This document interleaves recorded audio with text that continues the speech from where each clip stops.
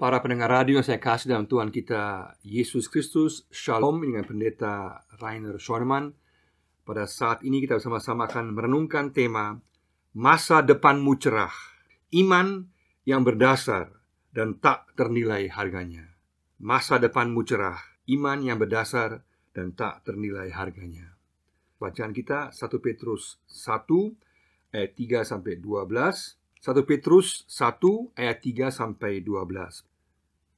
Bacaan yang pertama yaitu, Terpujilah Allah dan Bapa Tuhan kita Yesus Kristus, yang karena rahmat-Nya yang besar telah melahirkan kita kembali oleh kebangkitan Yesus Kristus dari antara orang mati kepada suatu hidup yang penuh pengharapan, untuk menerima suatu bagian yang tidak dapat binasa, yang tidak dapat cemar, dan yang tidak dapat layu, yang tersimpan di sorga bagi kamu, yaitu kamu yang dipelihara dalam kekuatan Allah karena imanmu, sementara kamu menantikan keselamatan yang telah tersedia untuk dinyatakan pada zaman akhir. Bergembiralah akan hal itu, sekalipun sekarang ini kamu seketika harus berduka cita oleh berbagai-bagai pencobaan. Maksud semuanya itu ialah untuk membuktikan kemurnian imanmu yang jauh lebih tinggi nilainya daripada emas yang fana yang diuji kemurniannya dengan api, sehingga kamu memperoleh puji-pujian dan kemuliaan dan kehormatan pada hari Yesus Kristus menyatakan dirinya.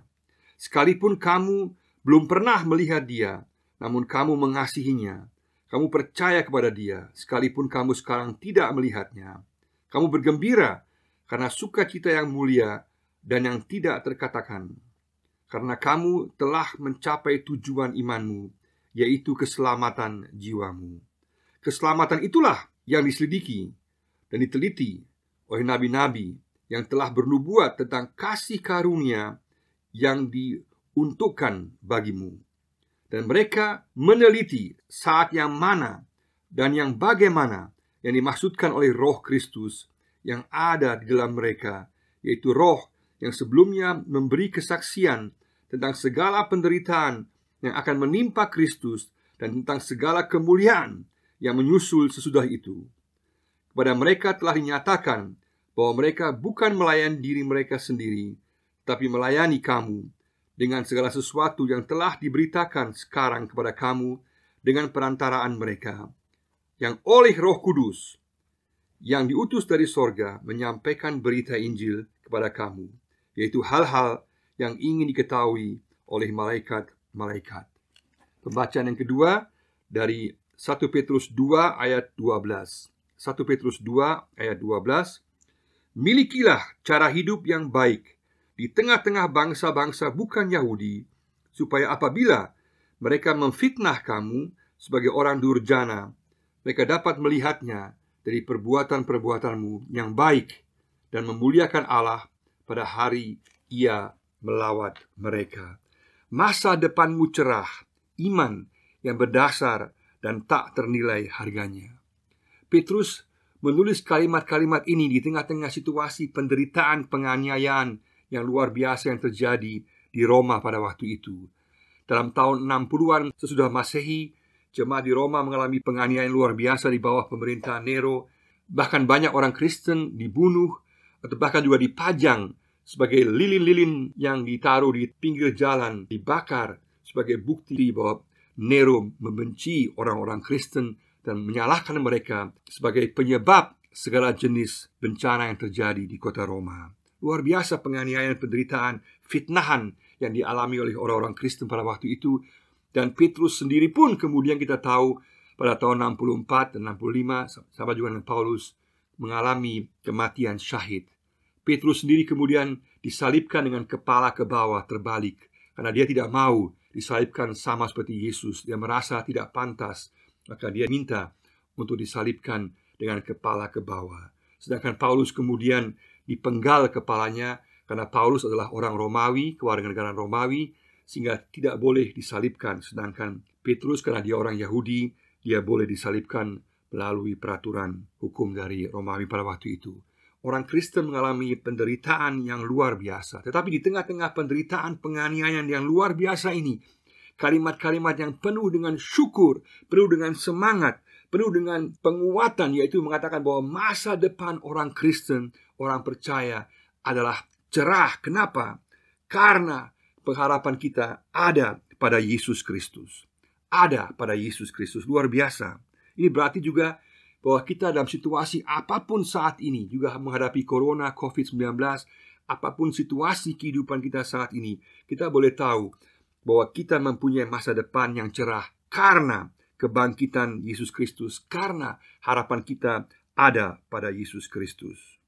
Harapan adalah hal yang paling penting bagi manusia. Jika pengharapan mati, maka juga orang akan binasa. Pengharapan menentukan untuk semangat juang, semangat hidup, dan juga tujuan hidup seseorang. Dan di sini sangat jelas bahwa kita sebagai orang percaya, oleh Petrus ditekankan, kita mempunyai pengharapan yang pasti dalam Yesus Kristus. Maka bukan PHP, bukan pemberi harapan palsu, tapi PHP, pemberi harapan pasti.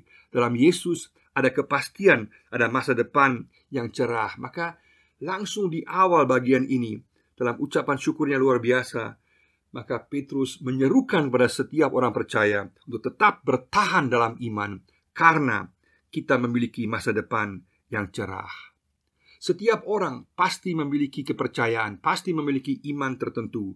Orang ateis pun juga mempunyai kepercayaan. Dia juga percaya pada nilai-nilai tertentu, atau roh-roh, atau pada zat, atau gambaran Allah tertentu, atau pada materi, atau apapun juga. Setiap orang pasti memiliki suatu kepercayaan. Pertanyaannya adalah, apakah iman itu benar, memiliki dasar yang benar, memiliki fakta yang benar, dan apakah iman itu atau kepercayaan itu bisa menolong di tengah-tengah badai kehidupan, dan juga bisa menolong pada saat akhir zaman, pada saat kita berhadapan dengan Allah sendiri. Maka Petrus tekankan sangat kuat, orang percaya meskipun sekarang bersedih, meskipun sekarang mengalami berbagai penderitaan, orang percaya boleh tahu bahwa masa depan kita sungguh-sungguh cerah, karena berdasarkan alasan yang kuat, dasar yang kuat yang ada dalam Yesus Kristus. Ada 5 hal yang ditekankan oleh teks di sini, ada 5 kebenaran penting yang akan saya jelaskan secara singkat saat ini. Yang pertama adalah dasar iman pengharapan sejati, kebangkitan Yesus dan kelahiran baru. Dasar iman pengharapan sejati, kebangkitan Yesus dan kelahiran baru, ayat yang ketiga. Dasar iman Kristen adalah fakta sejarah bahwa Yesus telah bangkit dari antara orang mati. Tidak ada orang, siapapun dia, yang pernah bangkit dari antara orang mati mengalahkan maut kecuali Yesus Kristus. Dan karena Yesus bangkit dari antara orang mati, maka perkataannya benar, maka janjinya benar, maka hikmatnya benar, maka pernyataannya benar, maka juga pengorbanannya di kayu salib yang dianggap sebagai kutuk oleh manusia benar adalah jalan penebusan dosa bagi manusia. Maka pada saat Yesus mati di kayu salib, itulah pengorbanan yang sah, yang berlaku di hadapan Tuhan, yang Allah juga meteraikan dan tentukan sebagai jalan keselamatan bagi manusia. Meskipun manusia menganggapnya sebagai kebodohan, tapi itulah fakta bahwa Allah menentukan jalan keselamatan melalui pengorbanan Yesus di kayu salib. Dan karena Yesus bangkit dari antara orang mati, maka benar jalan keselamatan terjadi melalui pengorbanan Yesus di kayu salib. Sungguh luar biasa. Dan karena Yesus telah bangkit, maka dia mengalahkan kuasa dosa, mengalahkan kuasa iblis, dia mengalahkan kuasa maut.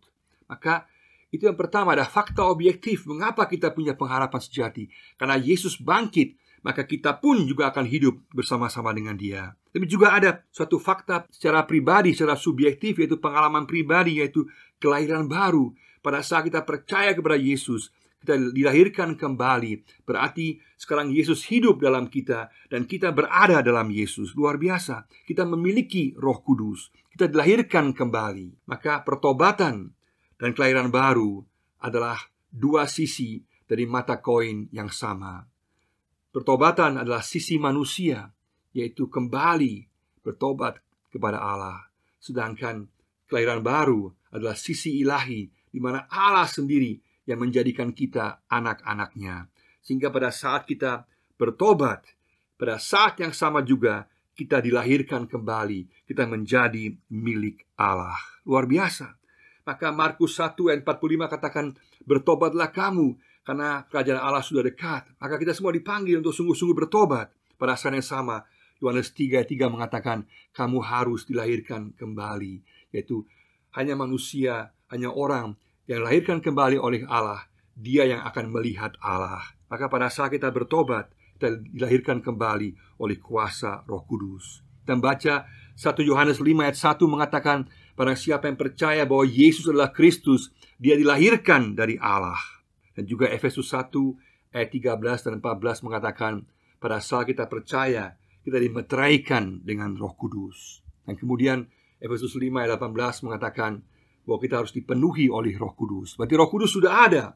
Kita dipanggil untuk memberikan ruang kepada Roh Kudus. Pada saat kita percaya, kita menerima Roh Kudus. Roh Kudus ada dalam diri kita. Kita dilahirkan kembali. Maka tidak benar bahwa Roh Kudus diberikan secara bertahap atau secara kredit. Itu tidak benar. Itulah bagian daripada teologi Spanyol, separuh nyolong. Tidak benar. Yang benar adalah pada saat kita percaya bahwa Yesus adalah Kristus, kita dilahirkan kembali. Kita memiliki Roh Kudus. Yang menentukan adalah kemudian kita memberikan ruang agar Roh Kudus dapat berkarya dalam kehidupan kita. Maka di sini ada pujian syukur yang luar biasa dari Petrus, yang sungguh-sungguh bersyukur atas fakta keselamatan, baik secara objektif kebangkitan Yesus, dan sekaligus juga fakta subjektif bahwa kita dilahirkan kembali. Kristus ada dalam kita. Kita memiliki Kristus. Hal yang sama juga Paulus tekankan dalam 2 Korintus pasal 5 ayat 19 dan 20. 2 Korintus pasal 5 ayat 19 dan 20, Paulus mengatakan di situ bahwa sebab Allah mendamaikan dunia dengan dirinya oleh Kristus dengan tidak memperhitungkan pelanggaran mereka. Ia telah mempercayakan berita pendamaian itu kepada kami. Jadi kami ini adalah utusan-utusan Kristus, seakan-akan Allah menasihati kamu dengan perantaraan kami. Dalam nama Kristus kami meminta kepadamu, berilah dirimu didamaikan dengan Allah. Ada fakta objektif. Melalui kematian Yesus di kayu salib, kita didamaikan dengan Allah. Juga ada fakta subjektif. Kita harus menerima, harus memberi diri kita didamaikan dengan Allah. Dan pada saat itu terjadi, maka kita mengalami kelahiran baru. Luar biasa. Pujian syukur bagi Allah yang memberikan kepada kita kepastian keselamatan karena kebangkitan Yesus. Dan karena kelahiran baru, Yesus hidup dalam kita dan kita dalam Kristus.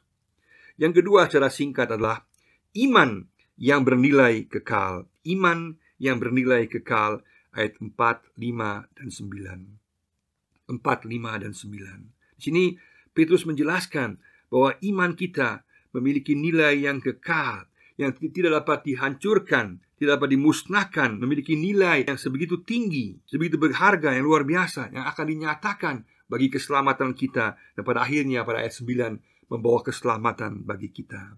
Dan itulah inti iman Kristiani kita. Ada 3 hal yang sangat penting sebagai dasar iman Kristiani kita. Ada kebangkitan Yesus yang merupakan kemenangan. Ada anugerah pengampunan Allah yang merupakan keselamatan bagi kita. Dan ada Roh Kudus yang memberikan kekuatan bagi kita, yang memampukan kita. Maka dalam iman Kristen ada kebangkitan, ada anugerah, ada Roh Kudus, ada kemenangan, ada keselamatan, dan ada kekuatan. Dan meskipun kita tidak melihat Yesus saat ini, kita tetap mengasihinya, karena kita tahu Dia telah bangkit, Dia telah memberikan anugerah keselamatan bagi kita. Dan lewat Roh Kudus kita memperoleh kekuatan penghiburan dalam kehidupan sehari-hari. Maka iman kita bernilai kekal. Janganlah kita meninggalkan iman kita yang memiliki nilai yang kekal, yang membawa keselamatan, yang menentukan di hadapan Allah. Sudahkah kita sungguh-sungguh bertobat? Sudahkah kita sungguh-sungguh menyerahkan diri kita pada Tuhan dan mengalami kelahiran baru? Katakan, Tuhan, aku mau kembali kepadamu. Aku mau menerima kelahiran baru daripada Engkau. Aku mau tetap menghargai dan berpegang teguh kepada iman yang bernilai kekal ini. Kebangkitanmu, anugerahmu, Roh Kudusmu, kemenanganmu, keselamatanmu, dan kekuatanmu mau terus aku hargai dan aku pegang sepanjang hidupku. Ada kepastian keselamatan, bukan mudah-mudahan selamat, pasti, karena Allah sendiri yang telah bertindak dalam Yesus Kristus. Yang ketiga secara singkat, iman yang diuji. Iman yang diuji. ayat 6 sampai ayat 8. Karena dasar dan nilai dan hasil iman kita begitu berharga, maka iman kita juga akan diuji, meskipun hanya untuk sementara waktu saja. Jangan kita kaget, ujian iman kita adalah untuk pembuktian iman kita, untuk memurnikan iman kita. Karena pada saat kita kemudian berjumpa dengan Allah, kita berjumpa pada saat iman kita telah dimurnikan, kita disiapkan untuk suatu kehidupan kekal bersama dengan Allah. Iman kita akan selalu diuji. Setiap orang akan diuji secara berbeda. Jadi tujuannya bukan untuk menjatuhkan kita, tapi untuk memurnikan iman kita, agar kita boleh hidup kekal bersama-sama dengan Tuhan. Karena iman kita akan dinyatakan, dan iman kita yang terfokus pada kasih, yaitu kasih kepada Yesus, itulah yang akan menjadi dasar kehidupan kita, sehingga kita boleh tahu, meskipun kita diuji, kemuliaan Tuhan pasti akan datang. Ujian hanya sementara, tapi kemuliaan Tuhan kekal selama-lamanya. Saat kita diuji, kita harus lihat pada Kristus. Saat kita diuji, kita harus melihat pada tujuan akhir, bahwa Allah memuliakan kita. Itulah penghargaan yang terpenting. Bukan gelar kita, bukan kekayaan kita, bukan kehebatan kita, tapi penghargaan yang terpenting adalah penerimaan Yesus dalam kemuliaannya. Sama-sama kita selalu tertuju pada pandangan pada Yesus, pada tujuan akhir kemuliaan Allah. Sehingga meskipun saat ini kita sedang mengalami berbagai ujian yang tidak dapat kita mengerti, tetap kita terfokus kepada Kristus, kepada tujuan akhir. Yesus pernah bertanya kepada para murid dalam Yohanes 6 ayat 68, kenapa para murid tidak meninggalkan Yesus seperti orang banyak? Para murid mengatakan, kemanakah kita harus pergi? Engkaulah yang memiliki firman yang hidup. Kita harus yakin, sama seperti para murid, bahwa hanya pada Yesus ada firman yang hidup, ada dasar yang kuat. Maka apapun situasi kita, tetap kita bertahan di tengah-tengah ujian. Percaya bahwa Yesus akan selalu bersama dengan kita, dan Dia memegang janjinya, dan Dia akan membawa kita kepada kehidupan kekal. Ujian kita hanya sementara, tapi kemuliaan Tuhan bersifat kekal. Yang keempat, secara singkat, iman yang benar dan telah dinubuatkan dan digenapi. Iman yang benar dan telah dinubuatkan dan digenapi. Ayat 10 sampai ayat 12. Petrus kemudian menjelaskan lagi untuk menguatkan kembali semua orang percaya bahwa dasar kasih karunia Allah ini telah dinyatakan dalam rencana keselamatan Allah dalam perjanjian lama. Dan perjanjian lama telah nyata, ada tindakan-tindakan Allah yang ajaib, yang dahsyat. Semua membuktikan bahwa rencana keselamatan Allah berdasarkan kepada kasih karunia yang ingin Dia berikan kepada manusia. Luar biasa. Dan iman kita, iman Kristiani kita memiliki dasar historis yang kuat. Karena dalam perjanjian lama Allah telah menyatakan dirinya, Allah telah menunjukkan kuasa yang dahsyat, juga kasih karunia-Nya. Dan karena itu puncaknya pada saat Yesus bangkit dari antara orang mati, menunjukkan bahwa ada kesinambungan antara perjanjian lama dengan perjanjian baru. Maka hal-hal yang dinubuatkan dalam perjanjian lama telah digenapi dalam perjanjian baru berkaitan dengan Yesus Kristus. Luar biasa. Maka kita boleh tahu kita memiliki iman yang punya dasar historis yang kuat. Di awal masa penciptaan kita tahu ketika manusia jatuh dalam dosa, kita baca dalam Kejadian 3:15, ada proto-injil, ada Injil yang mula-mula. Pada saat ada janji Allah yang mengatakan bahwa keturunanmu akan meremukkan kepala si ular. Keturunanmu akan meremukkan kepala si ular. Ini merupakan sebuah janji nubuatan mesianis yang menunjuk kepada Yesus Kristus, yang kemudian pada saat Dia mati di kayu salib dan bangkit dari antara orang mati, Dia meremukkan kepala si ular, dosa, iblis, dan maut. Luar biasa. Maka iman kita, iman yang benar, iman yang dinubuatkan, dan kemudian juga iman yang digenapi dalam Yesus Kristus. Sehingga kita boleh yakin bahwa kita tidak sendiri. Sepanjang sejarah manusia, Allah telah menyatakan dirinya dalam tindakan yang ajaib. Dasarnya adalah kasih karunia-Nya. Dan apa yang telah dinubuatkan juga telah digenapi. Juga mengenai masa penderitaan Yesus telah dinubuatkan dalam Yesaya pasal 50-53, dan juga telah digenapi dalam kematian dan kebangkitan Yesus Kristus. Luar biasa. Sehingga kita boleh tahu iman kita benar, iman kita memiliki dasar historis yang kuat, telah dinubuatkan dan juga telah digenapi. Yakinkah kita sungguh-sungguh akan kebenaran Injil Tuhan? Yakinkah kita akan iman kepada Kristus? Mari sama-sama kita katakan, Tuhan, aku yakin, aku percaya bahwa Engkau Allah yang sama yang bertindak dalam sejarah Israel. Engkau juga telah membuktikan dengan menggenapi nubuatan-nubuatan-Mu. Aku yakin bahwa kasih karunia yang sama juga berlaku bagi aku di masa kini. Karena kebangkitan Yesus, maka sekarang kita menjadi milik Kristus. Kita ada dalam kerajaan Allah. Kita menjadi milik Kristus dalam dunia yang baru. Itulah yang juga Paulus tekankan dalam Roma 5 ayat 18, bahwa sama seperti dosa masuk melalui satu orang, yaitu Adam, maka sekarang keselamatan, penebusan dosa dibawa oleh satu orang yang sempurna, yaitu Yesus Kristus. Pada saat kita percaya pada Yesus Kristus, kita berada dalam naungannya. Kita menjadi miliknya, milik dunia yang baru, milik kerajaan Allah, milik surga kekal selama-lamanya. Sama-sama kita mensyukuri kepastian kebenaran iman yang telah dinubuatkan dan telah digenapi. Sudahkah kita sungguh-sungguh yakin akan kebenaran dalam Kristus? Katakan, Yesus, aku percaya, mempercayai janjimu, aku mempercayai hikmatmu, aku percaya firmanmu, aku percaya akan kebenaranmu.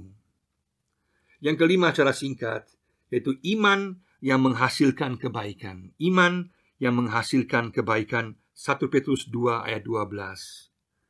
Selain menghargai nilai tinggi daripada iman kita, meyakini kebenaran iman kita, juga bertahan di tengah-tengah berbagai ujian, di tengah-tengah dunia saat ini. Maka tugas kita saat ini adalah menghasilkan buah-buah kebaikan. Menghasilkan buah kebaikan, jadi berkat bagi orang lain. Inilah cara yang terbaik untuk kita menunjukkan syukur kita kepada Tuhan atas semua kasih karunia yang telah Dia berikan pada kita. Kita menghasilkan buah yang baik dalam segala hal yang kita lakukan, dalam pelayanan kita, dalam kehidupan sehari-hari kita, dalam sikap kita, dan juga dalam pelayanan kita, baik diakonia, pastoral, penginjilan, apapun yang kita lakukan dalam kehidupan sehari-hari kita. Kita memberikan yang terbaik. Kita menjadi kesaksian bagi orang lain bahwa Kristus hidup dalam kita. Meskipun kita tidak sempurna, kita boleh tahu bahwa kita berada dalam Kristus. Dan karena sebagai wujud syukur kita pada Kristus, kita selalu mengupayakan untuk menghasilkan buah-buah kebaikan sebagai hasil daripada buah iman. Mari sama-sama kita selalu mengingat bahwa masa depan kita cerah bersama dengan Kristus. Kita memiliki iman pengharapan yang sejati karena kebangkitan Yesus yang mengalahkan dosa, iblis, dan maut, dan karena kelahiran baru yang menjadikan kita milik Kristus kekal selama-lamanya. Kita boleh tahu bahwa iman kita bernilai kekal, anugerahnya kekal, keselamatannya kekal, kebenaran Yesus adalah kekal, dan juga bahwa iman kita akan selalu diuji. Tapi di tengah-tengah ujian yang hanya sementara itu, kita boleh tahu Yesus tidak meninggalkan kita. Kita tetap ditopang, diberikan kekuatan oleh Yesus. Kita boleh tetap bertahan dalam iman. Dan kita juga boleh tahu bahwa iman kita benar karena telah dinubuatkan dan telah digenapi. Dan sama-sama kita sungguh-sungguh menghasilkan buah-buah kebaikan dalam kehidupan sehari-hari kita. Meskipun tidak sempurna, selalu kembali pada Tuhan, memohon pertolongannya, kekuatannya, sehingga kehidupan kita menghasilkan kebaikan hari demi hari. Karena Yesus telah bangkit bagi kita, karena kita telah dilahirkan kembali, dan karena ada kepastian masa depan yang cerah bagi tiap-tiap kita kekal selama-lamanya. Tuhan Yesus memberkati kita semua. Amin.